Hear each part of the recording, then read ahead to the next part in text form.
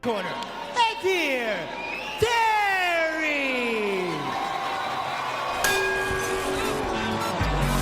Well, if you're going to say a fight has the possibility of being a fight of the night, you need two great fighters. And that's exactly what you have here tonight. There is Belico, Edir Terry fighting out of Caracas, Venezuela. Whereas we'll have to talk about some of the big problems going on down there. He's in the Freestyle Fighting Academy, one of the best schools as well. Marcos Avalon, David Avalon, you see them. Hey, how you doing, guys? Good morning. It's Coach Edir from the Freestyle Fighting Academy. Reason for this video is due to yesterday I didn't have a chance to take pictures or talk to all my fans, students, friends. You know, those of you didn't know, I lost a split decision fight. It was a tough one to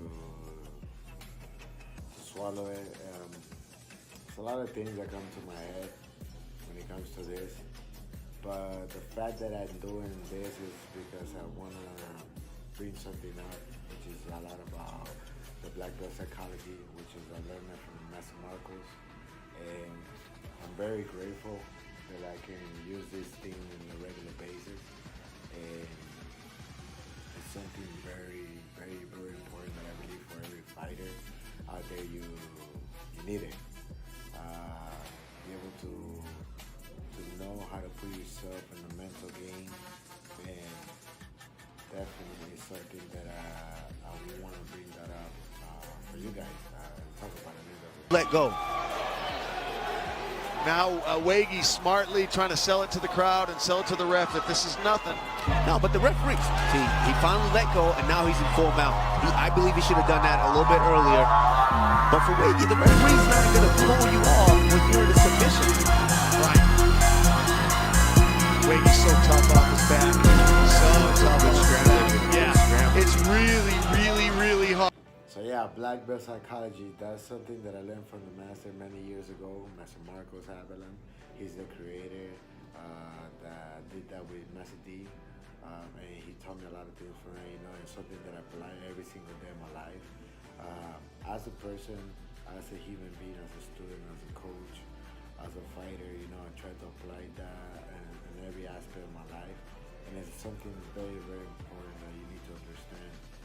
And something that helped me out and develop to another level from when I was in my 20s to now that I'm in my 30s, to 10 years later, which is a huge impact and a difference because of it, because of the way that certain things you have to see and analyze it and make a decision in your life, and it's huge, you know, big. Shots like that, that's how those are big shots that help you drain that meter faster. You just tuned in. You are watching Titan FC 54. I'm Jay Adams alongside the Nigerian Nightmare, Amaru Usman. It's a stacked fight card. 54 here. Waggy looking to finish strong. Wants the dump to end the round. I think he's hurt Waggy here with those elbows. I want to take this moment, you know, to thank all my fans, friends, family, and my teammates, my coaches, and all my sponsors, you know, that they were there for me. They helped me out. They were there from day one, and they stick around, you know, in my and the good moments, bad moments. And I'm just super grateful, guys. Thank you very much for everything you guys done for me. And, you know, it really sucks that I couldn't pull the way that I want to put it yesterday night, but it's part of the game, you know. Sometimes we win, sometimes we lose, you know. Obviously, as a fighter, we don't go with the mentality of losing. Of course, you always want to win, but yesterday wasn't like that. And not I'll say I'm more to angry with myself in a little way for certain things, you know. But then again, we'll go back to the same thing. Apply that psychology to this, and understanding the philosophy behind it is very, very, very important. Yeah. He's okay with it. You can't do that. When the fight is this close, you've got to continue to work and let the judges know that, hey, this is my fight. That's what you did with T-Wood. And to watch that fight is to see 15 minutes of unbroken concentration.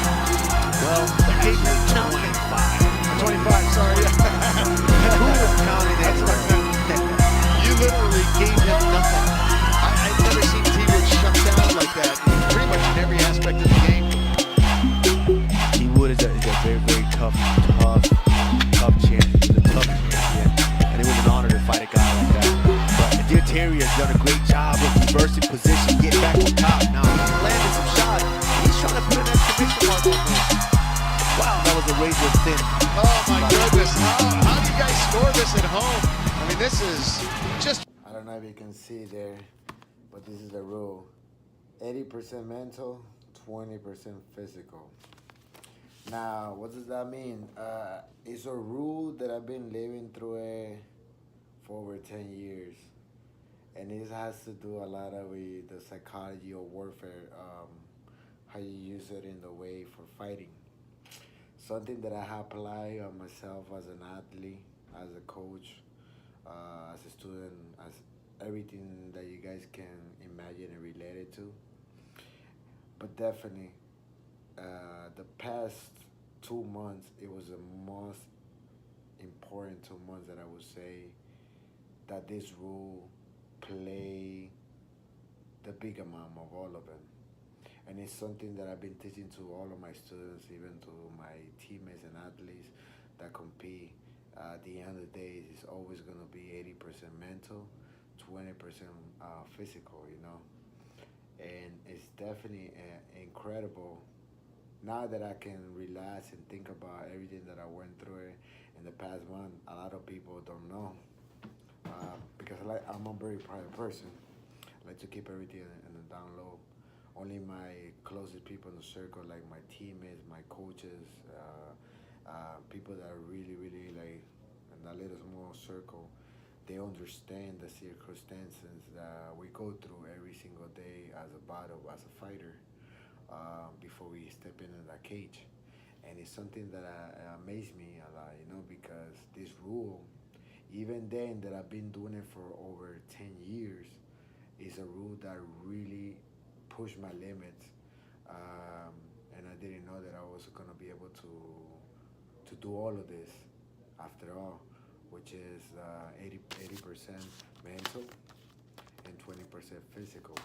And what I mean by that, just give you guys an example, that way you guys understand what I mean by this.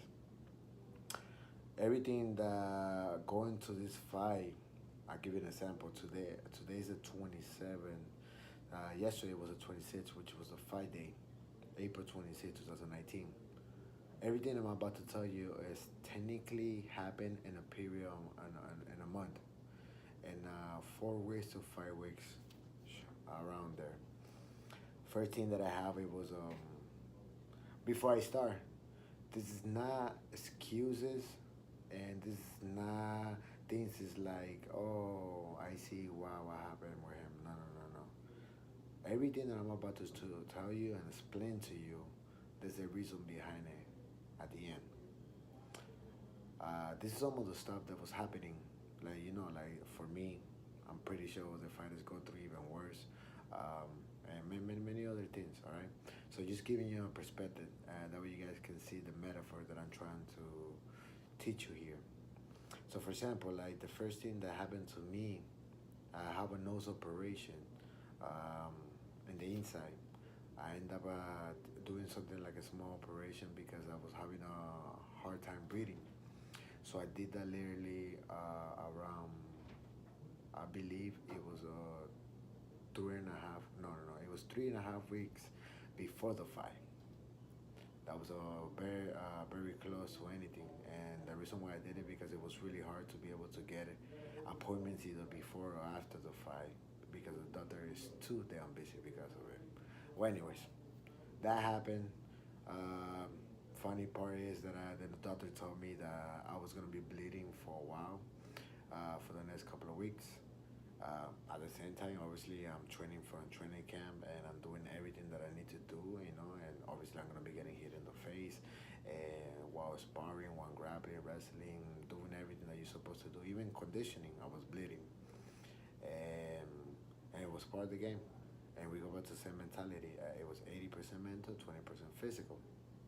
At the same time that I did the operation, I was already kind of sick with the flu, and the doctor knew about it, and I kind of lied about it to him, because if I would have told him that, they would have postponed the operation, so that means that would have been even longer for me to be able to get the operation.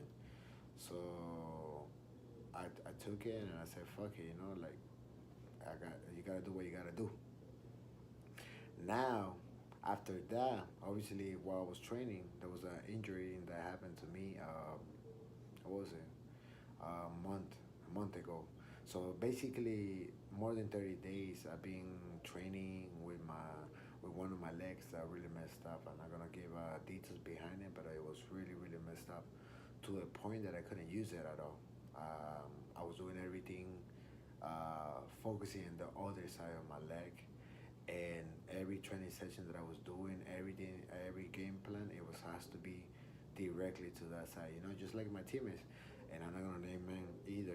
Some of my teammates that got injured during the camp too, and they had to do exactly the same thing. Some of them got even worse injuries. And they couldn't even train. And not disclose that either. But it's part of the game. So those are some of the things that we had to go through. At the same time that I'm going through all of that, you gotta remember, I'm bleeding through the nose. I can barely even breathe. I'm still training, obviously, because the fight camp is still going. Then I still got the injured leg, and I'm still pushing it through it. And then that's when the cutting fail comes because of the virus that I got. Now, we all have a curriculum on how to make an adjustment or losing weight. In our academy, we have a different way how to do it, and I have my own style of doing it that I have developed in the past 10 years, and it's always been the same process for how I lose my weight. Normally, I lose between 20 to 30 pounds, depending how light and how big I got through the months and how enough I am. So this one actually, I was heavier than what I shouldn't be, and this is because of the virus that I got into. So basically, a week and a half before fight day, which is basically yesterday was the fight, the 26th. So a week and a half before, I got a nasty virus that put me down. I have fever. I have stress when my entire body was sore. I couldn't get up. I couldn't even move. I was coughing. I was sneezing. I didn't want to eat anything. I was throwing up. I was in diarrhea. And all of this happens to me a week and a half before the fight. At the same time that all of this is happening, I'm going through my curriculum of cutting the weight. By cutting the weight, I'm supposed to be in a certain level of my weight to be able to make it easier for me for day or the weigh-ins to cut the weight easy and be able to lose the weight that I need to lose. Well, guess what? Common sense say, when you do get sick and you go through all this virus, most of the time you're gonna lose weight because anything that you put in your body, you're just throwing it out. Common sense, right? Well, technically with me, it didn't go through it like that. I was down my bed for 2 days, I believe, and I didn't do nothing. I couldn't train, so I could barely even move, and I maintained the weight, which it sucks because at that point I should have been like 4 or 5 pounds below or what I normally am, and I end up was 20 pounds over, which is normally for me, I don't do that, like it's not healthy at the end of the day. And it's something that I really stress as a fighter, and especially for the reputation that I have as a fighter and the reputation that my school has. Or a fighter, we always have make weight no matter what, and be the first guy to not make the weight because you didn't do something the right way or whatever the reason was, is unacceptable. To me, I'm a very professional guy when it comes to those things, especially for the legacy, the name, because it's not only me, I'm hurting myself, I'm hurting my team at the end of the day. So it was a tough one there. So we go back to the same thing of the rule of the 80-20. Then at the same time, I'm going through that process of sickness. I lost one of my business that I was trying to work on it. I've been working it for a month, and then the week that I'm getting basically going through the virus, find out that my business didn't go through, and it's like, man, damn, like why all of this is happening to me now? Like why training camp is not going the way that I wanted. My nose still bleeding. I'm sick. I just got a freaking virus. Now I'm 20 pounds over the weight that I shouldn't be. Then now I'm trying to recover, and then I end up freaking losing the business that I was working for 1 month. So many things in my head, and so many things that I had to analyze and put it together, and go back to the same thing. The psychology of the rule, the 80-20 played out on all of this. 80% mental, 20% physical. It's crazy to say after 10 years, now I can say I do understand the rule very well to another level, because I never thought about it, that I was gonna be able to do all of this with all this stress, putting my body through all this, and still make it, and jump in the cage, fight with a guy, and we're in a split decision. I got a few times that I could have finished him. Um, did I do enough to win the battle? I gotta see record the video. I mean, the video that they record for me. A lot of people say that I won. Some people say it was very close. Who knows? In my heart, I believe I won, and it doesn't bother me anymore like yesterday, because I go back to the same philosophy of the rule, the 80-20. If I could fight all of this diversity that life put me in the middle, and I didn't quit, what a human being can do to me, another man, nothing. So, like I said, guys, from the beginning, I hope that this is actually help you guys out in some type of way. This is for any athlete, any sport. If you understand how to apply this rule, I'm telling you, it's gonna make a huge impact on your career, whatever you wanna do. Believe me, it's my world. 10 years, I've been applying this, and after 10 years, I understand and I realize the hard way I had to learn it, but now I understand much, much, much level to another level of greatness. And well, again, guys, thank you very much for being there, for helping me out, for supporting me. Guys, without you guys, none of this would have happened. Because you guys are the fan, and the fans is like something that is very important to me. I'm trying to build a legacy here at the end of the day, and motivate others. Be able to learn from my experience and my fails. That way, others don't do it. And if you're gonna do it, you understand what you're going through. And what you're about to put yourself into it. And well, I hope you guys have a wonderful day and blessed. If you have any question about this rule or any other thing, you're more than welcome to hit me up in any of my social media, or email me edirterry@gmail.com. I'm more gladly to help you guys out. And I'm here at Freestyle Fighting Academy 24/7. This is my second house. All right, guys. So take care. Have a wonderful day.